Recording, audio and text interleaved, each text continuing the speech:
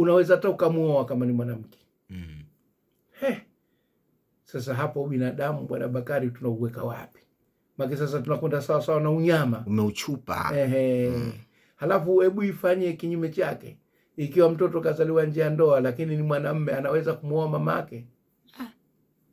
Nasema akatoka kwenye tumbo lile hawezi. Kama katoka kwenye tumbo lile hawezi, na huyu katoka kwenye mbegu za huyu bwana, haiwezekani. Kiubinadamu ni vile vile jambo moja.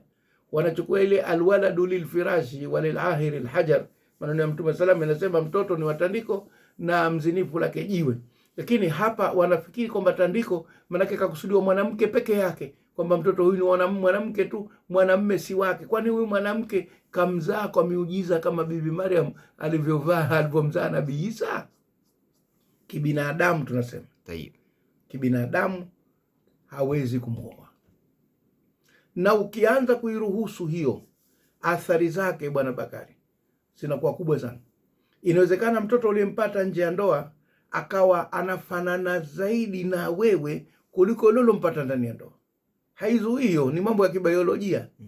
Na ndo mwanzo wa kuwaruhusu mababa kutamani binti zao, kwa sababu akishakuona kuwa aliozaliwa nje ya ndoa yule naruhusiwa mimi hata kumuoa, basi yule aliozaliwa ndani ya ndoa anaanza kumuhisi kwamba kumbe mwanangu naweza mimi nikamuingilia. Tunampeleka kwenye unyama. Athari nyingine hizo. Unaona kazi hiyo? Ukilichambua kisaikolojia hili na ukienda kwenye swala lile mambo ya wanawake na watoto, utalikuta lina athari kubwa sana. Hii fatwa si barabara, si sahihi ya kusema anaweza hata kumuoa. Hawezi. Kibinadamu ni haramu kumuoa. Tunafutu kibinadamu, yani tunaeleza kwamba kwa upande wa binadamu lazima sheria nazo zingatie binadamu.